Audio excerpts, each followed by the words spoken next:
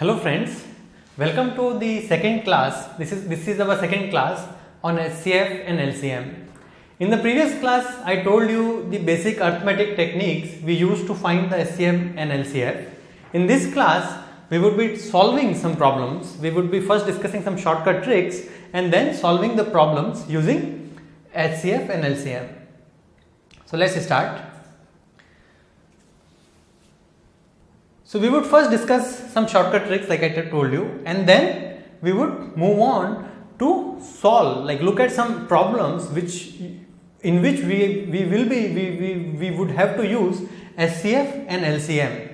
Okay. So the key here is that we would be spending lot of our time right now. By now we already know how to find the arithmetic behind SCF and LCM. So in these problems, our focus would be to first identify what kind of problem it is. Does it utilize the concept of LCM and SCF? And then we would go on to solve those problems. So that would be our focus, detecting whether the problem requires SCF and LCM.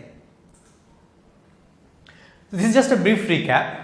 So in the last class, right, in the previous class, I already discussed what are factors. So factors of a number completely divide that number. By definition, the factors of a number would always be less than or equal to the given number. Multiples of a number, they are always divisible by the given number, and by this definition, multiples would always be larger than the given number. What is the highest common factor? Highest common factor of a set of numbers is that number which can divide each of those numbers. So is also the largest, is also the highest, and it can also divide each of those numbers. LCM of a set of numbers is the least common multiple. What does that mean? It is not only is that number a multiple of all the given numbers, but it is also the least number which is the multiple of the given numbers. Okay, so let's go to the next one. So now we would be studying some shortcut tricks, right? How to get to LCM and SCF fast, how to find LCM and SCF of a given set of numbers very quickly. So the first technique is to use divisibility tests. So let's understand what is divisibility test. What are divisibility tests with an example. Suppose we are given two numbers 4 and 8, and I have been asked to find the LCM or SCF of these two numbers. The first thing I need to do is factorize these two numbers.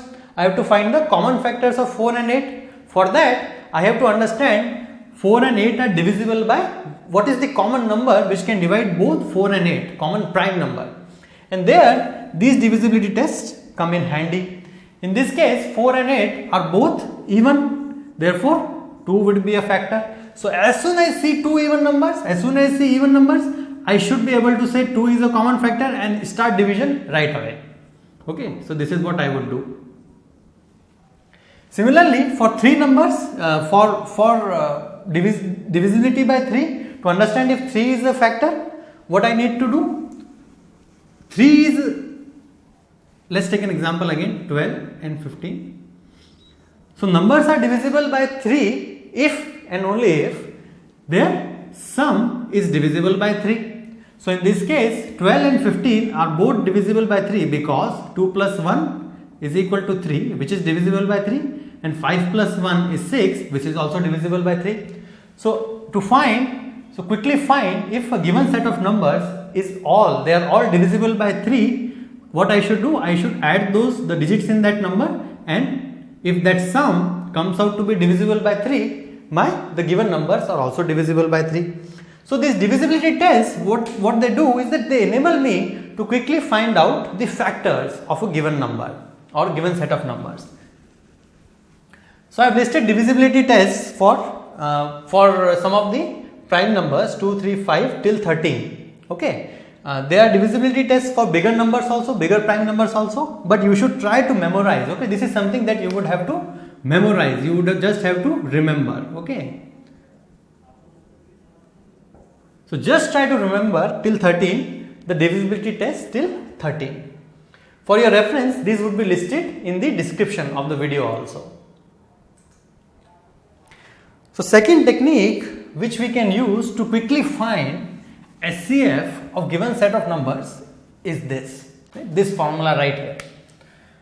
So if I am given three numbers, for example 2160 and 1053, 1053, and I have been asked to find their SCF, what I can do is I can choose any two numbers, find their SCF, and then combine the result with the last number, okay, or find the SCF of this result and the last number, and these two are 100% equivalent.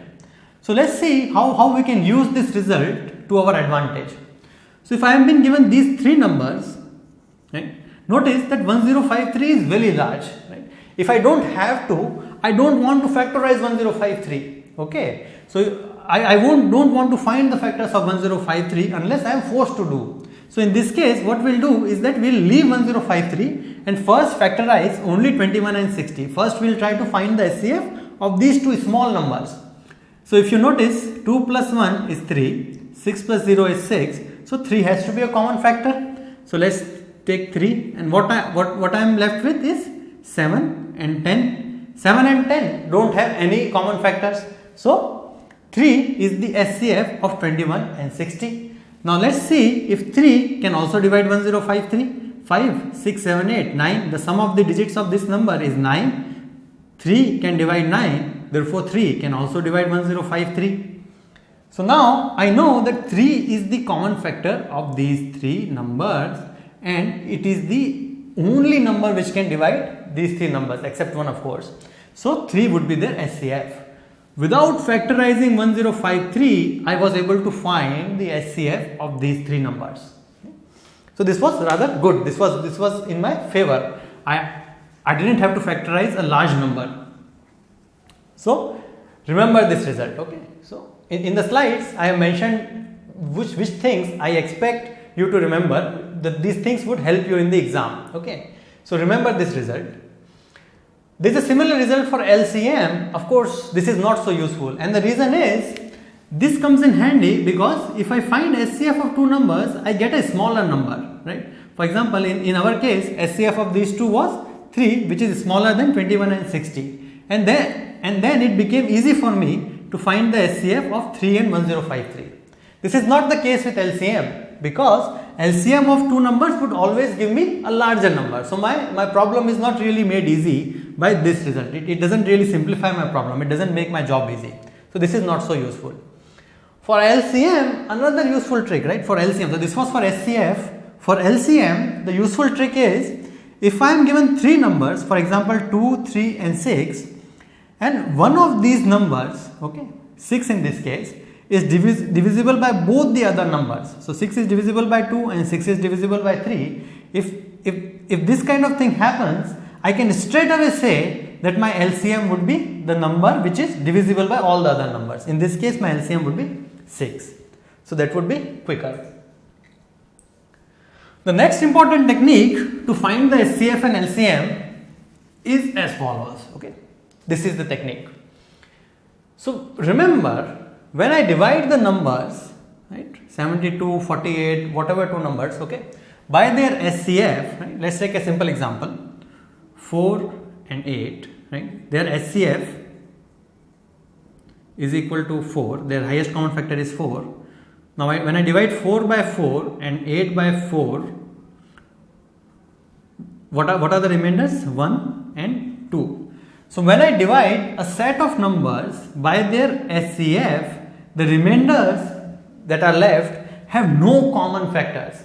So if I were to factorize 1 and 2 like together, like this, I would find that there are no common factors between 1 and 2. And this is the result I am going to use to solve this problem. And we are going to solve it backwards. We will start with the solution and try to find the SCF of 72 and 48 without really factorizing 72 and 48. So this is how we do it. So 2 is definitely a factor of 72 and 48 because both are even. 3, 7 plus 2 is 9 and 4 plus 8 is 12 because 9 and 12 are divisible by 3, 72 and 48 would also be divisible by 3. So definitely 3 is also a factor, not the highest common factor. Right? 3 is not the SCF, it is just a factor. Because 2 and 3 are factors of 72 and 48, 6 can definitely be a factor. 100%, right? It can definitely, it is a factor and it can definitely be an SCF. It's possible that 6 is an SCF. So let's try to divide 72 and 48 by 6. What do I get? 72 divided by 6 is 12. 48 divided by 6 is 8. Now, do 12 and 8 have any common factors? Are there any common factors between 12 and 8? Yes, there is. 2 is definitely a factor because both 12 and 8 are even. 2 is the common factor of both 12 and 8. And what did I do? What did I say here? If I divide the numbers by their SCF, the remainders should have no common factors. Whereas the remainders here definitely have common factor. So 6 is not the correct answer. So I am left with 24. Right? And 24 is the correct answer. So notice how smartly, right? How smartly we were able to avoid factorizing 72 and 48 and quickly arrive at this solution, right? Just by looking at the choices. Now one small thing I want to mention here is the numbers 1 and 2 which have no common factors between them are also known as co-primes. Co-primes. Right? This is kind of a bad example because 1 and 2 also happen to be prime numbers, right? But just because they don't have between them, they don't have common factors, they are also co-primes. So let's take another example, right? So another example would be 9 and 14. Right? 9 and 14, although they are not prime numbers, they don't have any common factor. So if I were to factorize 9 and 14, I couldn't divide both these numbers by another number, another prime number or another number except one. So these two numbers are co-primes.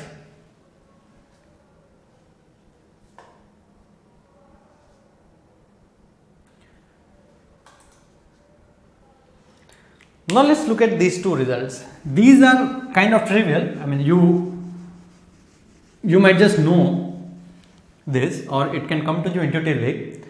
If I am given three prime numbers, for example 13, 17 and 11, their LCM would be simply their product.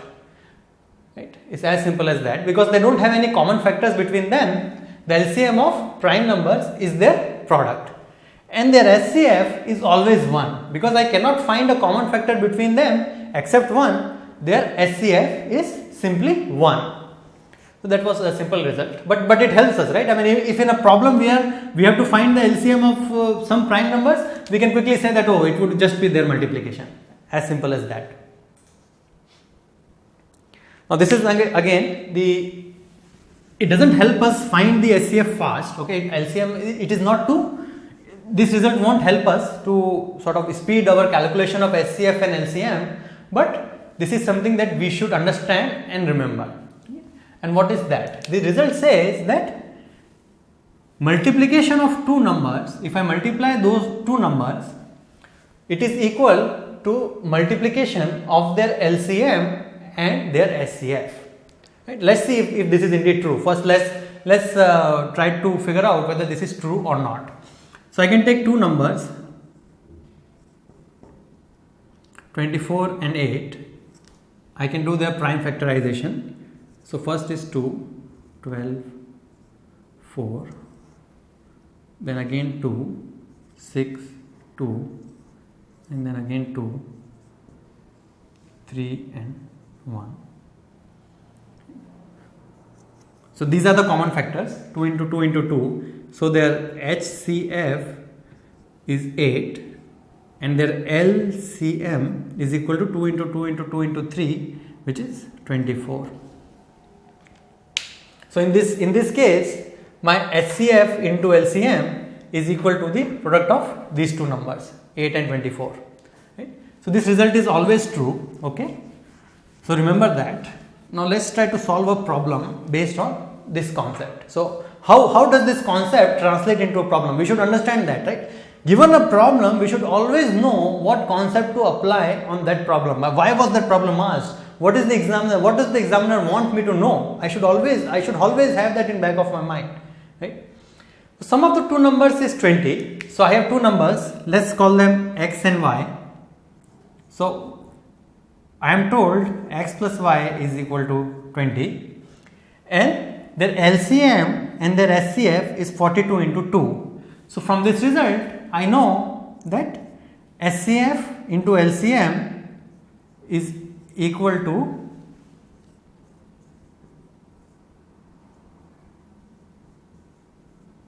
the product of two numbers, and this is equal to 42 into 20.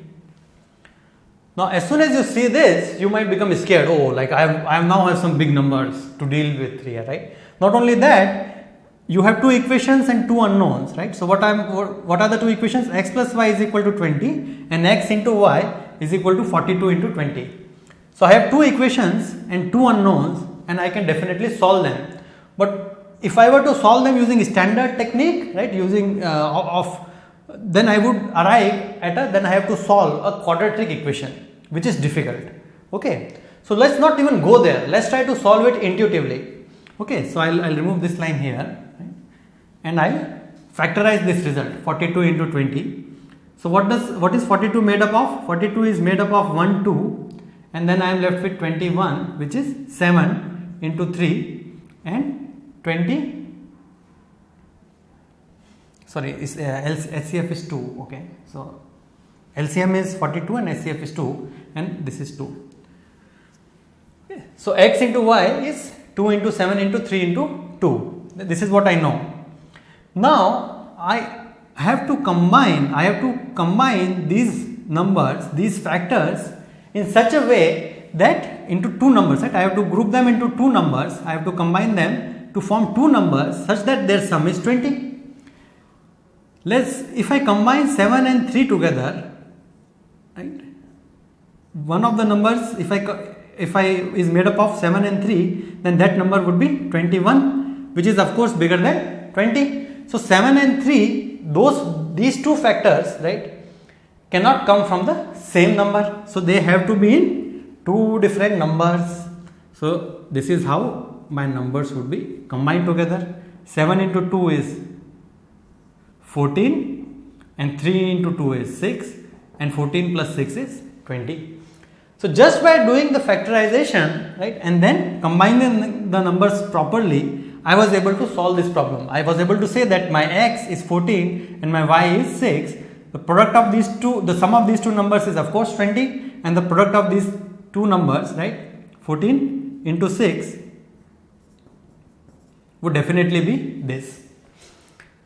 So avoid arriving at complicated equations, especially quadratic equations, if at all possible. Right? So use these tricks. So now we come to the next important topic. Okay, so before we do that, so in the last slide we said that product of two numbers is equal to their LCM and their SCF for two numbers. For three numbers, the result is not correct. That result doesn't hold for three numbers. Is there a formula for three numbers? Yes, there is a formula, but you don't have to remember that. It's a complicated formula. Okay, so don't go towards remembering, like finding shortcut tricks or remembering each and every formula that you encounter in the book or that you encounter on the web. Right? Don't do that, because on the exam day you would forget. And first of all, you would forget all that formula. If you try to remember too many things, you would remember nothing. So first of all, you would forget. And second and most important thing is, examiners rarely ask you like these complicated things. Examiner, if he has developed a question, right, he is not looking for that complicated formula. He wants to know whether you understand the concept of LCM and SCF. That is the only thing he wants from you. So now here is a guy. I mean, he has learned SCF and LCM completely. He has read all these books and he knows his LCM, he knows his LCF. He goes to the exam and he is completely lost. Why is he lost? His problems in the exam are rarely as simple as this. Unfortunately, we are never asked direct questions like this. So you are given problems which indirectly ask you to apply concept of SCM and LCF. And it is this translation, translating a problem statement into a concept which you can readily apply. This is where a lot of students fail. So we will spend rest of this class understanding how we can quickly see a problem, understand that it's an LCF problem, and then apply, sort of arrive at the result. Our focus here in the rest of the problems would not be to find the SCF and LCM to really solve the problem completely. That's not our focus. Our focus would be to understand what concept is being asked, whether it's an LCM problem, whether it's an SCF problem, and if so, why. That is our focus. So let's start very quickly. I am given three strings, 78, 117 centimeter and 351 centimeter. So this is 351, this is 117, and this is 78 centimeter long. I have to cut these strings into pieces of equal length. So that equal length applies to all of these three. So this length, and this length, when I have cut the strings, should be the same. That is what I am being asked. And I have to find the greatest such length. I have to find the largest such length.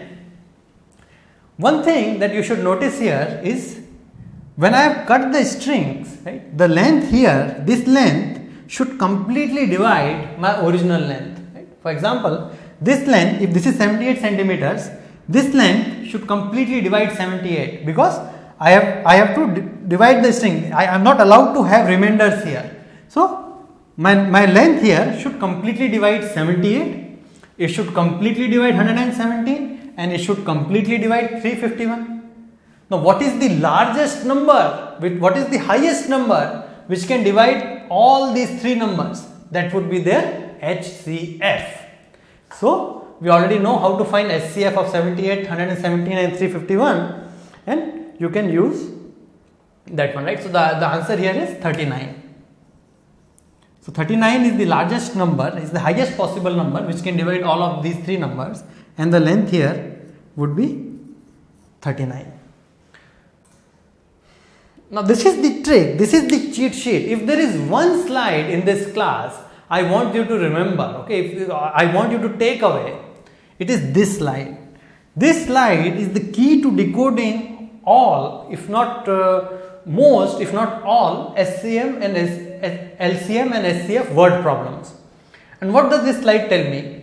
It tells me that if I have been asked to find the minimum number of something, least number of something, smallest number of something, then I have to use LCM.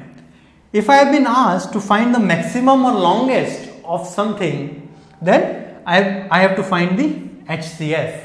Right? So in the previous question, I don't know if you noticed, but I have been asked to find the greatest possible length, and indeed my solution was to find the HCF of 78, 117 and 351.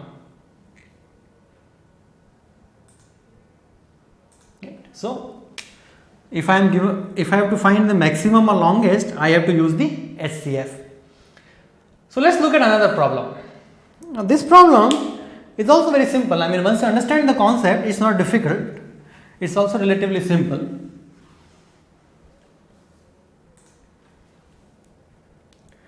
I have been given a rectangle, okay, and the sides of the rectangle are 20 and 50 centimeters. So let's say that this is 20 and this is 50. I have to completely fill that rectangle with squares. And again, squares, right? So there are two key properties here. Square, the length of the square is same as its breadth, right? So these two things are equal. Let's call them A. First thing. Second thing to notice here is that I am not allowed to have remainder squares here. So I can't say that, oh, I'll put a half square here and, right, or half square. I can't do that. So what is the requirement? What is the requirement? I have to find the largest such possible square which can completely fill the length and which can completely fill this breadth or height. So what would be that what would be the length of that square? It should completely divide both 20 and 50. What is the highest number which can completely divide both 20 and 50? That would be their HCF. In this case, it's relatively simple to find their SCF. Their SCF will be 10. Okay. So if I take the square of length of side 10 centimeters, okay, 10 centimeters, then I can completely fill this rectangle without leaving any remainder, right? Like either open space or spilling a square. So that won't happen. So what was the keyword here? The keyword here was largest possible. I have been asked to find the largest possible length of the square, and therefore I use the SCF. Moving on to next question, let's take another example. Now this is an example of LCM. So remember, LCM has to be used when I have been asked to find the minimum of something. When I have been asked to find the minimum or least amount of something, then I use the concept of LCM. So what does the problem tell me? It tells me that I have certain number of students here. I have to divide them into groups. So I can divide them into groups. I can divide them into groups of 5. I can divide them into groups of 13. Okay, so they can be divided into 13 groups. And they can be divided into 17 groups. Now, one thing which is understood in this problem is that I cannot cut a student, right? I cannot put half a student here and half a student here. That of course cannot happen. So, the number of students here have to be completely 100% divisible by 5, 13 and 17. They have to be divisible by 5, 13 and 17 if I have to divide them into 5 groups, 13 groups and 17 groups. So that is what this problem asks us. What is the smallest possible total number of students? What is the smallest possible total number of students so that I can divide them equally into 5 groups, 13 groups and 17 groups. So this number has to be divisible by both, by all 5, 13 and 17. So my problem would be LCM, right? What is the smallest number which is divisible by 5, 13 and 17? Is there LCM? So LCM of 5, 13 and 17. Notice that these are prime numbers, 5, 13 and 17, they are all prime numbers. So their LCM is nothing but 5 into 13 into 17, which is equal to, well, you can find this out yourself. Okay, so this is just a multiplication.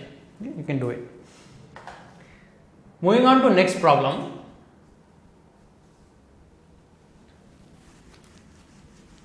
So again, this is the problem on LCM. It's also simple. Okay, so just notice the keyword here. Smallest number of toys, which means that this is a problem of LCM. And what it tells me is that I have certain number of toys. I can divide them into 14 groups of 14 equal groups, either in 14 groups or in 18 groups. Very similar to the last problem. So there, what would be the number here? It would be the LCM of 14 and 18. So if 14 and 18, I have to find the LCM, and that is equal to 126. So if I have 126 toys here, I can divide them into 14 groups and 18 equal groups. 14 equal groups and 18 equal groups. I can do that. Very simple, right? So far we have looked at simple problems. We have looked at very simple problems where the keyword smallest, largest is there in the problem itself. So those are simple problems. Now slightly complicated problems don't give us a keyword. They don't tell us, right? So for example, in this problem, you wouldn't notice the largest or highest or minimum or maximum, that kind of keyword. What I am being told is there are two people, Jay and Riya, who started running together. They started running together. One of them can complete the round in 6 minutes and the other one takes 14 minutes.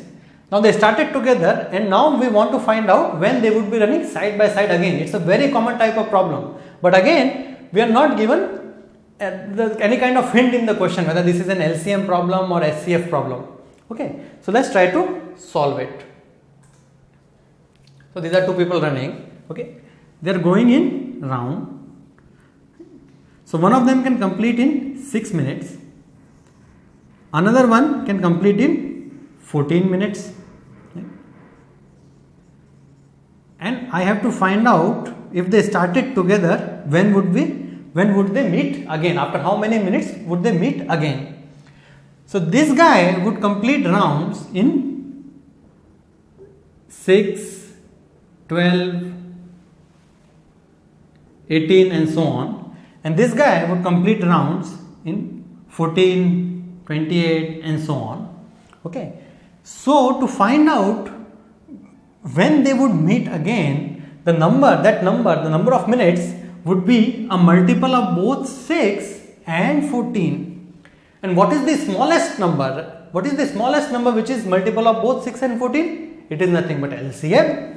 So this problem asks me to find nothing but LCM of 6 and 14, which is nothing but 42. So after 42 minutes,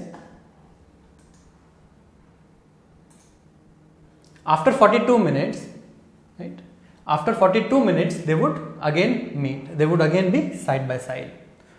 So here notice that we have not been given the word minimum, but it's kind of implied. It's implied that what would be the minimum time after which they would be side by side. So it's kind of implied in the question. So that's why I have to find the LCM of 6 and 14. Now let's move on to the next problem. Now sometimes the examiners make the problem very tricky. Notice that here we have looked at this question before, right? We have looked at this question already. Again I have been given a rectangle of side 20 centimeter by 50 centimeter, and notice that this time the keyword in the problem is minimum possible, right? What I have been asked? I have been asked to find the minimum possible number of square pieces, right? So I have not been asked to find the minimum possible side of the square. I have been asked to find the minimum possible number of square pieces. And this is what makes this problem tricky, because lot of students, as soon as they say minimum possible, they would think that because I have been asked to find minimum, this would be an LCM problem. But no, if you find the LCM of 20 and 50, you would be getting a length. You would be getting a length, right? Because this is a length, this is a length. You would be getting a length. Whereas I have been asked here number of square pieces. So this is not a clear-cut LCM problem. In fact, this is an SCF problem. Let's look at the diagram here. This is 50 centimeter and this is 20 centimeter. Okay, and I have been asked to fill it with squares, so that I have to minimize the number of squares. And when would be the number of squares minimized? When their side is maximized.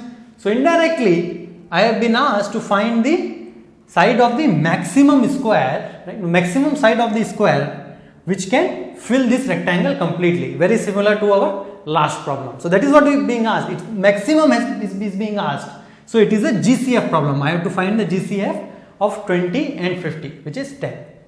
So this is very important. I'll repeat it again. Always notice what is the quantity, what is the thing you get by finding the LCM and SCF, and compare it with the thing which or the quantity which you are sort of trying to minimize or maximize. What is the question asking? They have to be the same. You have to compare sort of apples to apples, right? So always keep that in mind.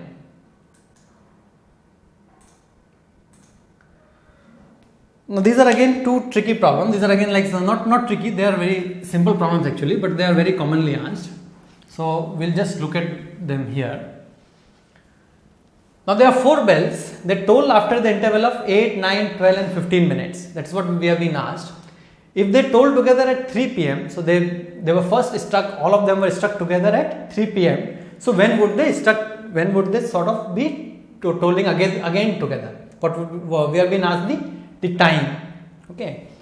So because this is a repeating thing, so this one would repeat after every 8 minutes, this one would repeat after every 9 minutes, this one would repeat after every 12 minutes, this one would repeat after every 15 minutes, right? So after how many minutes, right? Let's first try to find out after how many minutes will they again toll together. Let's first try to find out minimum amount of time after which they would again ring together, again they would be stuck together. Minimum amount of time. Notice, as soon as I say minimum amount of time, what I am getting at? I am getting at LCM. So let's try to find the LCM of these 4 numbers, 8, 9, 12 and 15, and then LCM is 360 minutes, which is equal to 1 hour. So after every 1 hour, oh sorry, 360 minutes, which is 6 hours. So after every 6 hours, these 3 bells ring together. Okay. So if they rang together at 3 p.m., they would again ring together, they would again toll together at 9 p.m. So the question is simple, it's very easily solved. This is again very similar question. Right? I have two buses in a town. They leave after every 15 and 20 minutes respectively. Okay. Now in this question, what I have been asked is slightly different. Instead of finding out the time when they would leave again together, what I have been asked is between 9 to 12 noon, right, is the first bus, if they start simultaneously, if they start together at 9 a.m., between 9 a.m. to 12 noon, how many times would they leave together from this place, from the town hall, right? So they left together at 9 p.m. They run every 15 and 20 minutes, and I have been asked between 9 a.m. and 12 noon, how many times would they have left together from the town hall? That is what I have been asked. So let's try to find out the minimum interval, right, the minimum number of minutes after which they will leave again, right? They will leave again together. So again minimum, so I have to find the LCM of 15 and 20. So LCM of 15 and 20 would tell me which is 60 minutes, which is equal to 1 hour. So what does this tell me? That every 1 hour these two buses they leave from the town hall together. Okay, this is what this tells me. And because every 1 hour they are leaving the town hall together, between 9 to 12 noon, they would leave at 9 a.m. together, 10 a.m. together, 11 a.m. together, and 12 noon together. Notice that keyword inclusive here. So 4 times between 9 a.m. to 12 noon, these two buses would be leaving the town hall together. That is the answer. Now these are two brain teasers, right? They are not very explicitly, it's very difficult to see how to apply the concept of SCM and LCF here, but by now, because you have become an expert, you know we have solved a lot of problems on LCM and SCF, this I hope would be easy for you. So there are Ria and 3 of her friends, so there are 4 friends, okay? So Ria and 3 of her friends, so there are total of 4 friends who went to the market and they are trying to get package of 6 clothes, okay? So 6 dishcloths. So this is what they are trying to buy. In one packet there are 6 dishcloths and each packet costs rupees 10. And we have been asked to find the minimum amount each has to pay. Right? So there are 4 friends and they are in one packet there are 6 dishcloths. After they purchase a certain number of packets, let's say X, they divide the dishcloths among themselves, they divide it equally, okay, and we have to find the minimum amount each person has to pay. So what is the minimum number of dishcloths, right, which I can divide between 4 people? This is the first thing I should find, right, because there is a minimum keyword here. So first I should find what is the minimum number of dishcloths which I can divide between 4 people. You would say 4, right, because 4 people each can get 1, but in one packet there are 6 dishcloths and I have to purchase a minimum of 1 packet. So if I purchase one packet, I would get 6 clothes, and then those 6 dishcloths I cannot divide equally between 4 people. So what I have to find is the LCM, the least common multiple, a number which is both divisible by 6, the smallest number which is both divisible by 6, because these are the number of dishcloths I get in one packet, which is 6, right? So I have to find the minimum number, the LCM, right? The minimum number which is divisible by both 6 and 4. This is what I have to find out. It's not very obvious from the problem, but I have to find that number which is both divisible by 6, right? That 6 is the number of dishcloths I get in one packet, and 4, the number of people I have to divide those dishcloths into. So minimum, so that LCM of 6 and 4 is 12. So if I had 12 dishcloths, I can get 2 packets. I would have 12 dishcloths, and I can divide them into 4 people, 3 each. and this would be the minimum number which can be sort of divided equally. The cost of one is 10, so cost of 2 packets in 12 dishcloths means 2 packets. So the cost of 2 would be 20. Okay, and there are 4 people who have to divide that 20 rupees, so each would have to pay 5. Minimum amount each has to pay 5 rupees. So this was not so obvious, but again it was not very difficult once we understand what the problem is what the examiner is trying to ask us. Now food, right? So I am going to a college, I am going to distribute food to college students. So there what I am taking with me 284 packets of biscuits, 426 packets of chocolates and 710 bottles of water. How many students are there now? I mean, college students, and that too, if they are hungry, one student can devour all of these things, right? So we are not talking about that. We are trying to find, so one thing is kind of implied here. I am trying to find the maximum number of students. Right? That's why I wanted to discuss this problem. I am trying to find the maximum, although it's not written here, but it's kind of implied in the problem. I am trying to find the maximum number of students into which I can distribute 284 biscuits, 426 chocolates and 712 bottles of water. So it is a problem of maximum, which means it is a problem of HCF. So if I find the HCF, the highest common factor, the largest number which can divide 284, 426 and 710, that would be the correct answer. That is what you have to do here, and the answer here, right, I leave it the exercise, the complete solution I would leave it to you.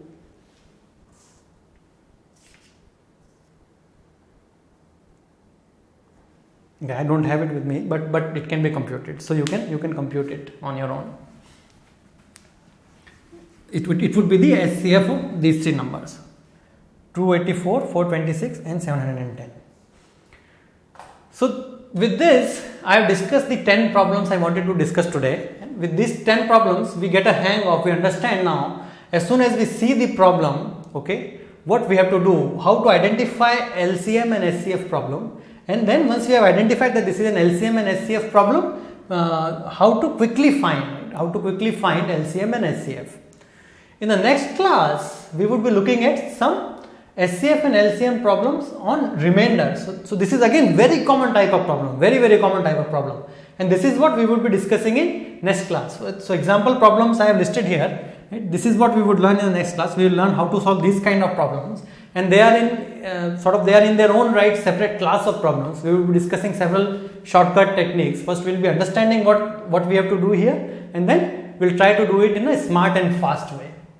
So if you want, you can want to see this video and get future videos on math, please subscribe to our channel, and we would be uploading several practice problems for you, right, based on this video. So don't forget to solve those, right? So practicing would make you perfect. Okay, thank you very much for listening. I hope you understand LCM and SCF problems better now, and see you in next week.